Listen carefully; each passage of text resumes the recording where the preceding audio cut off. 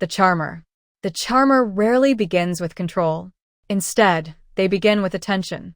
They know how to make someone feel special by offering compliments, kindness, and constant interest. At first, it feels genuine, but over time the attention becomes a tool. When trust is built, they slowly start asking for favors, changing expectations, or making the other person depend on their approval. This kind of manipulation works because people naturally respond to warmth and validation, making it difficult to notice when kindness turns into influence. The gaslighter. The gaslighter manipulates reality itself. Rather than forcing someone to believe a lie, they repeatedly question memories, deny things that clearly happened, or insist that events happened differently. After hearing these contradictions enough times, the other person may begin doubting their own judgment. The term became widely known after the 1944 film, Gaslight, where a husband deliberately makes his wife question her sanity.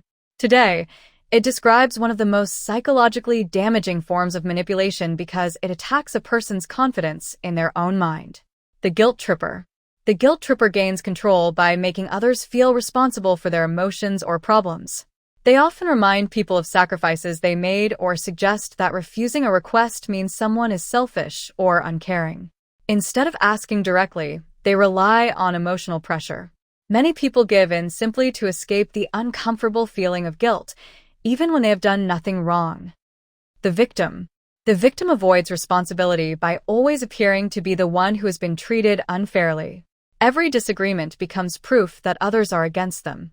Mistakes are blamed on circumstances or other people instead of being accepted. This can create sympathy, making others hesitate to question their actions. While some people are genuinely victims of difficult situations, a manipulative victim uses that image as protection from accountability. The intimidator. The intimidator depends on fear more than persuasion.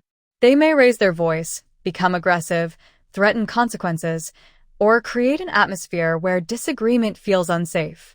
Sometimes the threats are obvious, but often they are subtle enough to keep others constantly on edge. Fear can silence people much faster than logic, which is why this style of manipulation is common in unhealthy workplaces and controlling relationships. The silent controller. The silent controller speaks very little when conflict appears. Instead of arguing, they withdraw, ignore messages, or refuse to communicate. The silence becomes a form of pressure, leaving the other person anxious and desperate to fix the situation. Eventually, they may apologize or give in just to end the emotional distance. The power comes not from words but from withholding them. The love bomber. The love bomber overwhelms someone with affection, gifts, compliments, and promises very early in a relationship. Everything feels intense and exciting, creating a strong emotional bond in a short time. Once that attachment is formed, the excessive affection often fades and is replaced by demands, control, or emotional dependence. The dramatic shift leaves many people chasing the warmth they experienced at the beginning. The passive-aggressive manipulator. The passive-aggressive manipulator rarely expresses anger openly. Instead, they use sarcasm, backhanded compliments, intentional delays, or subtle acts of resistance. On the surface, everything seems polite, but the hidden message is meant to frustrate or punish someone without taking direct responsibility. Because the behavior is indirect, confronting it can be surprisingly difficult. The martyr. The martyr constantly sacrifices their own needs while making sure everyone notices. They may insist they are happy to help, but later remind others of everything they gave up. This creates an invisible debt, making people feel obligated to repay kindness that was never truly unconditional.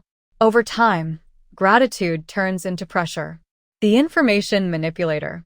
The information manipulator controls what others know. They leave out important details, reveal only part of the truth, or share different stories with different people.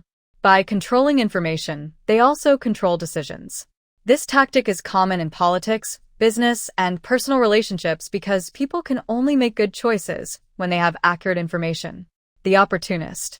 The opportunist does not rely on one specific technique. Instead, they carefully study people and adjust their behavior depending on what works.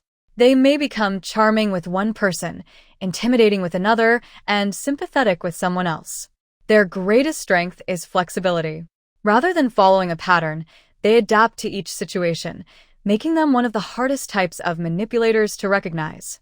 The triangulate. The triangulator brings a third person into situations where only two people are involved.